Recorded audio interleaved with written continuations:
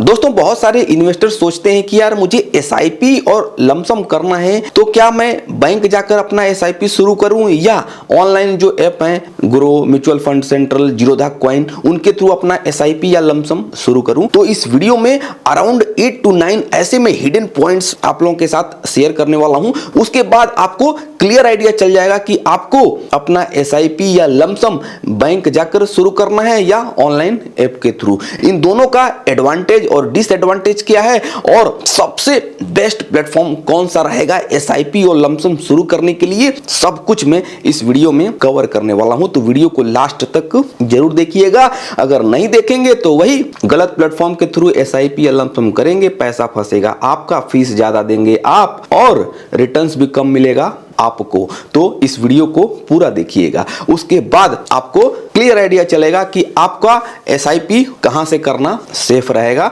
तो चलिए वीडियो शुरू करते हैं। उससे पहले चैनल को अभी तक सब्सक्राइब नहीं किया है तो चैनल को भी सब्सक्राइब जरूर कर दीजिएगा। तो चलिए इन सारे पॉइंट्स को देख लेते हैं कि अगर कोई बैंक जाकर अपना एसआईपी शुरू करता है या ऑनलाइन ऐप के थ्रू, तो इन दोनों में डिफरेंस क्या है। तो पहला डिफरेंस है प्लान्स ऑफर्ड। अब एक इन्वेस्टर को एसआईपी करना है, भैया बिगिनर्स हैं, उनको मालूम ही नहीं है कि भैया किस स्कीम में निवेश करें। किसी दिन बैंक में जाते हैं, बैंक वाला से पूछते हैं कि सर मुझे एसआईपी करना है। हाँ एसआईपी हो जाएगी ना। तो वो आपको जो स्कीम सजेस्ट करेगा रेगुलर मोड की होगी। और आप किसी भी म्यूचुअल फंड में निवेश करेंगे तो दो मोड होता है, एक रेगुलर मोड और एक डायरेक्ट मोड। तो डायरेक्ट मोड वो आपको नहीं सेल करेगा, वो आपको रेगुलर मोड चिपकाएगा और रेगुलर मोड में फीस ज्यादा रहती है, राइट। तो रेगुलर मोड में थर्ड पार्टी को कमीशन जाता है और बैंक वालों का टारगेट रहता है, इसीलिए वो लोग रेगुलर स्कीम्स सेल करते हैं। तो अगर आप बैंक जाकर एसआईपी शुरू करेंगे तो वो लोग आपको रेगुलर मोड चिपकाएंगे। अगर आप ऑनलाइन ऐप के थ्रू किसी स्कीम में निवेश करते हैं तो उसमें आपको ये दोनों ऑप्शन मिलेंगे कि रेगुलर मोड के थ्रू निवेश करना है या डायरेक्ट मोड के थ्रू। लेकिन आप तो स्मार्ट इन्वेस्टर हैं तो आप डायरेक्ट मोड के थ्रू निवेश करेंगे। मार्केट में बहुत सारे ऐसे भी प्लेटफॉर्म हैं जो रेगुलर मोड ऑफर करते हैं क्योंकि भैया उनको कमीशन जा रहा है। तो अगर आप किसी ट्रस्टेड प्लेटफॉर्म का इस्तेमाल कर रहे हैं तो आपको ऑलवेज डायरेक्ट मोड में निवेश करना है। जैसे बहुत सारे ऐसे प्लेटफॉर्म हैं जो सिर्फ डायरेक्ट मोड ही ऑफर करते हैं, जैसे जीरोधा का कॉइन है, म्यूचुअल फंड सेंट्रल है। अगर आप एसआईपी कर रहे हैं तो एमसी की वेबसाइट पर जाकर भी आप शुरू कर सकते हैं। तो जीरोधा कॉइन में अगर आप किसी स्कीम में निवेश करते हैं तो आपका पैसा ऑटोमेटिकली वहां पर डायरेक्ट मोड में निवेश होगा, ना कि रेगुलर मोड में। तो दोनों का क्लियर हो गया कि भैया बैंक में जाएंगे तो रेगुलर मोड चिपकाएगा और ऑनलाइन में जाएंगे तो ये दोनों मिलेगा, लेकिन आपको ऑलवेज डायरेक्ट मोड ही सेलेक्ट करना है। दूसरा है रिटर्न्स। अगर आप बैंक के थ्रू जाके रेगुलर मोड में आपने निवेश कर दिया तो रेगुलर में रिटर्न्स कम रहता है और डायरेक्ट में रिटर्न्स ज्यादा रहता है। क्यों ज्यादा रहता है? क्योंकि भैया इसमें कमीशन नहीं जा रहा है। एक छोटा सा एग्जांपल से समझते हैं तब आपको क्लियर आइडिया होगा। जैसे मान लीजिए कि दो इन्वेस्टर हैं ए और बी। ए ने 5 साल पहले Nippon India small cap fund regular में इन्वेस्टमेंट किया और बी ने भी Nippon India small cap fund में निवेश किया डायरेक्ट मोड में। तो इन दोनों का लास्ट 5 ईयर का रिटर्न्स देख लेते हैं, तभी आपको क्लियर आइडिया चल जाएगा कि भैया रिटर्न्स में ऐसे झोल होता है क्या। तो यहां पर देख सकते हैं कि ये Nippon India small cap fund है, रेगुलर मोड है, राइट। इसका अगर हम लास्ट 5 ईयर का रिटर्न्स देखते हैं तो यहां पर देख सकते हैं कि ये एब्सोल्यूट रिटर्न्स है 289 और इसका जो एनुअलाइज रिटर्न्स है 31.19% है। वहीं पर अगर हम बी का रिटर्न्स देखें सेम स्कीम में जो डायरेक्ट मोड में निवेश किया था, इसका अगर आप 5 ईयर का रिटर्न्स देखेंगे तो एब्सोल्यूट रिटर्न्स 305 है, वहीं पर ए का जो एब्सोल्यूट रिटर्न्स था 289 है। तो यहां पर देख सकते हैं कि 1.5% का वेरिएंस देखने को मिल रहा है। तो ये 1.5% आपको 1, 2, 3, 4 साल में समझ में नहीं आएगा, लेकिन लॉन्ग रन में जब आपका कॉर्पस बड़ा हो जाता है तो भैया कमीशन ज्यादा जाने लगता है। तो ऑलवेज आपको डायरेक्ट मोड में निवेश करना चाहिए, ना कि रेगुलर मोड में। अगला है फंड ऑप्शन। जैसे मान लीजिए कि आप एचडीएफसी में जाते हैं तो भैया जो वहां पर बंदा बैठा है वो आपको एचडीएफसी का जो म्यूचुअल फंड स्कीम्स है वही सेल करेगा। एक्सिस बैंक में जाएंगे तो जो एक्सिस का स्कीम्स है वही सेल करेगा, राइट। तो यहाँ पर फंड ऑप्शन बहुत लिमिटेड होता है क्योंकि जो बैंक में बैठा है उसको आपको मालूम है कि टारगेट है, जल्दी जल्दी हमें स्कीम्स सेल करनी है।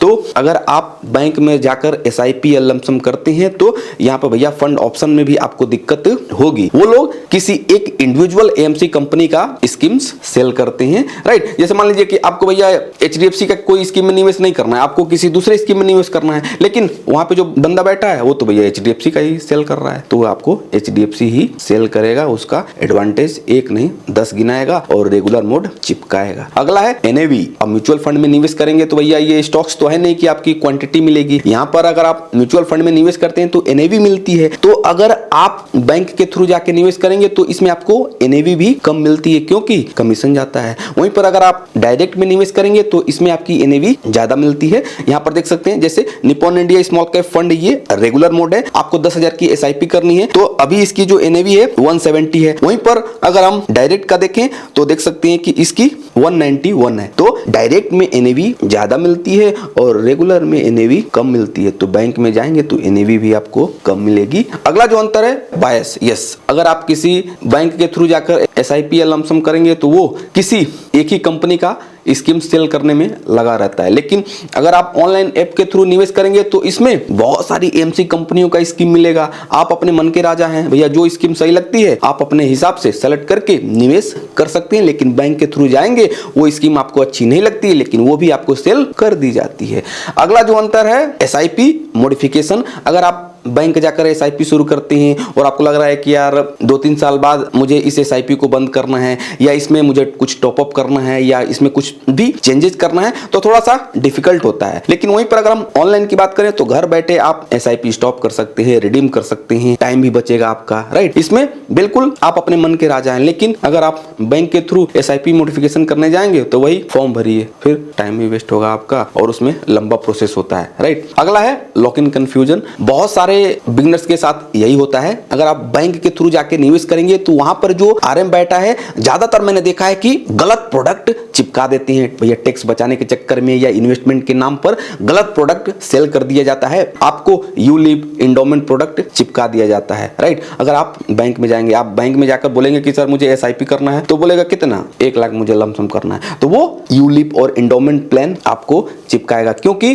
भैया यूलिप और इंडोमेंट में अच्छा खासा कमीशन भी मिलता है और भैया टारगेट अचीव होगा तो उसको कुछ इंसेंटिव भी मिल जाएगा, राइट। तो यूलिप इंडोमेंट लेने से बचना चाहिए। टैक्स प्लानिंग करने के लिए आपको और भी अलग अलग कैटेगरी मिलती है मार्केट में, उनमें निवेश करना चाहिए, ना कि आरएम ने बोल दिया कि भैया यूलिप इंडोमेंट में निवेश करो, टैक्स भी बचेगा और भैया इतना प्रीमियम भरेंगे तो इतना कवरेज भी मिलेगा और भैया देखो ये इतना कवरेज भी मिल रहा है। तो उनके झांसों में नहीं आना चाहिए। बहुत सारे बिगनर फंसते हैं। लेकिन अगर आप ऑनलाइन ऐप के थ्रू निवेश करेंगे तो भैया उसमें क्लियरली है, अगर आप इक्विटी में निवेश कर रहे हैं, अगर आप ईएलएसएस फंड में निवेश कर रहे हैं तो 3 इयर्स का लॉक इन है, और किसी अदर इक्विटी स्कीम में निवेश करते हैं तो उसमें लॉक इन नहीं है, राइट। उस पर आप देख सकते हैं। लेकिन बैंक में ये झोल होता ही होता है। अगला है एक्सपेंस रेशियो। अगर आप किसी म्यूचुअल फंड में निवेश करते हैं तो भैया एएमसी कंपनी है, फ्री में सेवा के लिए तो बैठी नहीं है, वो फीस लेती है। तो अगर आप रेगुलर मोड में निवेश करते हैं तो उसमें फीस ज्यादा रहती है। जैसे मान लीजिए कि Nippon India small cap fund में आपको निवेश करना है बैंक के थ्रू, तो बैंक वाला आपको रेगुलर मोड चिपकाएगा। तो यहाँ पर देख सकते हैं कि Nippon India small cap fund regular fund का जो एक्सपेंस रेशियो है 1.39% है। वहीं पर अगर हम डायरेक्ट मोड का देखें तो सिर्फ 0.63% है। अगला है कन्वीनियंस। यस, अगर आपको एसआईपी या लमसम करना है तो भैया टाइम निकालना पड़ेगा। बैंक जाएंगे, आपको भैया फॉर्म दिया जाएगा, फिर आपका टाइम भी वेस्ट होगा। वहीं पर अगर हम ऑनलाइन ऐप की बात करें तो घर बैठे आप रिसर्च करके अपने गोल के हिसाब से स्कीम सेलेक्ट करके अपना एसआईपी शुरू कर सकते हैं। मार्केट में बहुत सारे प्लेटफॉर्म हैं, लेकिन सारे प्लेटफॉर्म के थ्रू आपको एसआईपी शुरू नहीं करना चाहिए। अगला है रिस्क। अच्छा, बहुत सारे लोग बोलते हैं कि सर बैंक जाकर इसलिए निवेश करते हैं कि कल को कुछ हो गया तो बैंक भाग नहीं पाएगा। अरे भैया, जो आप स्कीम में निवेश कर रहे हैं और जो फंड मैनेजर आपको रेगुलर स्कीम्स चिपका रहा है, वो बैंक में पैसा थोड़ी ना जा रहा है, वो एएमसी कंपनी को जा रहा है, समझ रहे हैं। तो ऐसा बिल्कुल भी नहीं है कि आप बैंक जाकर निवेश करेंगे तो आपका पैसा सिक्योर है। और पहली बात तो ये है कि अगर आप म्यूचुअल फंड में निवेश करते हैं तो ऐसा नहीं है कि जो फंड मैनेजर जो सिक्योरिटी बाई करता है वो अपने पास रखता है, नहीं, एक कस्टोडियन रहता है, वहां पर सिक्योरिटी सेव रहती है। तो इसका भैया टेंशन मत लीजिए कि आप म्यूचुअल फंड में निवेश कर रहे हैं तो आपका पैसा डूब जाएगा, नहीं, वहां पर सेबी बैठी है। जैसे मान लीजिए कि आप Nippon India small cap fund में निवेश कर रहे हैं, तो जो फंड मैनेजर बैठा है स्टॉक मार्केट में सिक्योरिटी अलग अलग खरीदता है, तो वो security security Nippon India fund houses में नहीं रखेगा, अब ये सिक्योरिटी अलग कस्टोडियन में रखी जाएगी। अब ऐसा भी नहीं है कि सेम कस्टोडियन होना चाहिए, ये जो एमसी कंपनियां इनका भी कस्टोडियन होता है। जैसे मान लीजिए कि निप्पॉन इंडिया है तो निप्पॉन इंडिया का जो भी सिक्योरिटी है एचडीएफसी का कस्टोडियन रखेगा या सिटी बैंक का रखेगा, उसमें भी अलग अलग रहता है ताकि झोल ना हो जाए। तो कल को निप्पॉन इंडिया भाग भी जाता है तो कोई दिक्कत नहीं है, क्योंकि सारी सिक्योरिटी कस्टोडियन के पास है और ऊपर दादाजी हैं सेबी, राइट।